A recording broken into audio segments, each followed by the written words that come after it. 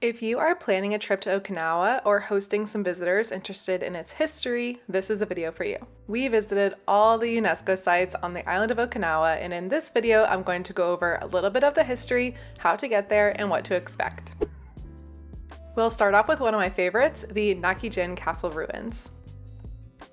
So before Okinawa was united into the Ryukyu Kingdom, it was made up of three competing kingdoms, the North, Central, and Southern Kingdoms, and the Nakijin Castle was the stronghold of the Northern Kingdom. Built in the late 14th century, it was the second largest castle complex on the island, second only to Shuri Castle in Naha. When you visit this site, you can walk along the walls and get a beautiful view of the East China Sea. It was also a religious center, so you will see some placards noting sacred groves and shrines. Each January, the castle welcomes some of Japan's first cherry blossoms. If you're visiting in January/February, I would definitely recommend looking up when the Nakijin Cherry Blossom Festival is taking place. The grounds will be open during the evening time, illuminating the blooms, and you'll also find a bunch of food stalls and some sort of entertainment or activities going on. The castle is super accessible by car with some free parking right across from the ticket counter.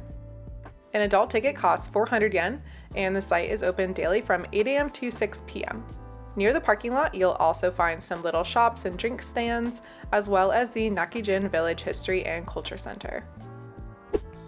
Next up are the Zakimi Castle ruins in Yomitan. This fortress was built in the early 1400s by the legendary commander Gosammaro. While Nakijin Castle was built to protect the Northern Kingdom, Zakimi Castle was built to defend the Central Kingdom.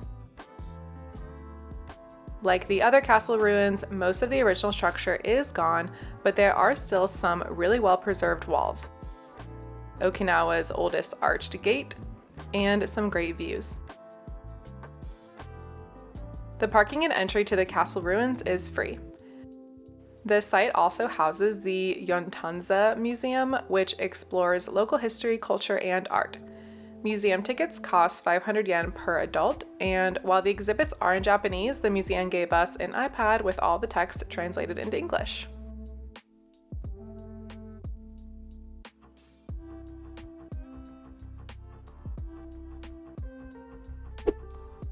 Let's move on now to the Katsuren castle ruins.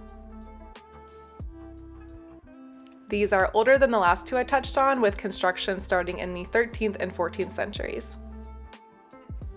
Now, let's see if I can understand and TLDR this history for you. In the very early years of the Ryukyu Kingdom, there was a peasant turned lord called Amawari. He overthrew the Katsuren lord, the guy who was at the castle first, and he seized his domain. He did a bunch of trade from there, got a bunch of money and power, and he ended up marrying the king's daughter. The king was worried about Amawari's growing power and asked Gosammaro, who we know from Nakijin Castle and who also built Zakimi Castle, to build yet another castle near Katsuren called Nakagusuku, which we'll talk about next. Amawari eventually attacked the castle, ending in Gosammaro's death. That attack was considered a rebellion against the throne, so the king then sent his army to the Katsuren Castle. It was during this battle that Amawari was defeated and put to death. There are conflicting accounts in history that says oh, maybe the king told Amawari to attack him, or other accounts say that Amawari framed Gosammaro for treason. It all gets kind of confusing, and it's theorized that the king wanted them both dead, so it's all very dramatic, and I guess he got what he wanted. The castle grounds, though, are great to walk around, and they have a very beautiful view of the ocean, just like the others. During archaeological digs, Roman coins were actually discovered here, making them the first of their kind found in Japan. This site has parking, and it's open to visitors daily. An adult ticket is 600 yen. They are also really nice and offer golf cart rides up the hill. The site hosts a lot of events throughout the year, including live performances, cooking classes, yoga sessions, and special exhibitions. You can find all their info online or follow the castle on Instagram. Close by is the Nakagusuku Castle ruins, which I've already mentioned. Just to recap though, these were built in the early 15th century by Gosamaru to defend the kingdom against Amawari of Katsuren Castle. The castle itself has 6 different enclosures. It was pretty cool to walk along the castle walls and take in the good views of the surrounding area. It was largely undamaged by World War II, so most of the masonry is original. The grounds also have this cool spring or well that you can walk down into. There's a free parking lot with an adult ticket costing 400 yen. They also have a golf cart service to take you up to the top of the hill. All in all, it was a really good castle to visit. It's actually better than I expected. Next is definitely the most famous, and that is Shuri Castle in Naha. Shuri Castle was the heart of the Ryukyu Kingdom for nearly 450 years and embodies centuries of Okinawan culture, politics, and trade. Originally built in the 14th century and expanded over time, it served as the royal palace and governmental center for the Ryukyu Kingdom's kings. After being reconstructed after World War II, it was unfortunately burned down in 2019. Since then, visitors have been able to see restoration efforts being done, with construction set to be complete by 2026. Rebuilding Shuri Castle has been no small feat, especially with the loss of original resources and blueprints. Restoration efforts have relied on historical records, personal accounts, and pre-World War II drawings. Local knowledge has been essential, making this a community-driven effort to preserve Ryukyu heritage. On the castle grounds, you'll also find another UNESCO World Heritage Site, and that is the Sonohyan stone gate. This beautiful stone gate marks the entrance to the sacred forest, and it was a significant place of prayer for the Ryukyu kings.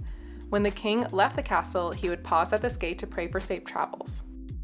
Despite the setbacks, the park remains an active cultural center, hosting events like the Shurijo Castle Festival in autumn and a traditional New Year's celebration.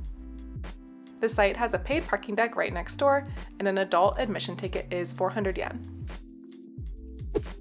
A short walk from Shuri Castle is the Tama-Udon Mausoleum. This is the royal mausoleum of the Second Shou dynasty. Built in 1501 by King Shou-shin, this tomb complex serves as the final resting place for the kings, queens, and royal family members of the Ryukyu Kingdom. The mausoleum itself is carved from limestone bedrock and features 3 chambers. Each chamber has a specific role, one for purification rituals, another for the kings and queens, and a third for other royal family members. Since this site is a super short walk from Shuri Castle, we just left our car in that paid parking lot and walked over. It is 300 yen per adult to enter, and there is a small museum inside the building with some panels in Japanese and some photos. You can't enter the tombs, so really visiting the site itself takes like 5 to 10 minutes. Next up, let's explore the Shikina-En Royal Gardens, the tranquil second residence of the Ryukyu kings. This massive garden and holiday home was built at the end of the 18th century. While it was largely destroyed in World War II, restoration efforts took nearly 20 years to return it to its former glory. The garden is designed as a stroll garden with a 300-meter circular path leading visitors through forested areas and around the main pond. A few stone bridges connect small islets in the pond, one of which holds a beautiful hexagonal pavilion inspired by Chinese architecture. When Will and I visited, there was an Okinawan sanshin performance going on, adding to the garden's peaceful atmosphere.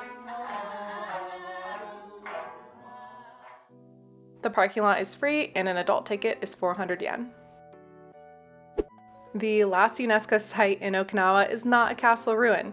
It is Seifa-utaki, the most sacred place in all of the Ryukyu Kingdom. In Okinawa, utaki are natural sacred sites, and Seifa-utaki is the holiest of them all. This spot was once only accessible to priestesses of the Ryukyuan faith, with male royals being the only men permitted inside. Seifa-utaki was a spiritual hub where important ceremonies were held, including the inauguration of the kingdom's high priestesses. As you walk up the stone path and pass under towering rocks and trees, you'll feel the deep connection between the landscape and the people who once worshipped here. There are large rock formations and beautiful quiet forests all around you. Because this place is still so sacred, you need to watch a little 3-minute video before entering to learn all the proper etiquette. Basically, they just want to make sure you are not wearing high heels and that you don't take anything or touch anything. There's a free parking lot where you can buy your ticket for 300 yen, and then you'll see right there is a little souvenir store, a little place with exhibits and a video about Seifa-utaki and the surrounding area, as well as a couple little snack stands and places to get a bite. From there, you follow the arrows on the ground and it's a short walk to the entrance to the site. If you want to learn more about Okinawan power spots, check out this video that I made. It's all about Seifa-utaki and Kudaka Island, another power spot that's a short ferry ride away. It's a really pretty place to spend the afternoon. Go see the ocean, rent a bike and bike around, and maybe even try some traditional sea snake soup. Thank you so much for watching, and as always, I'll see you in the next video. Bye!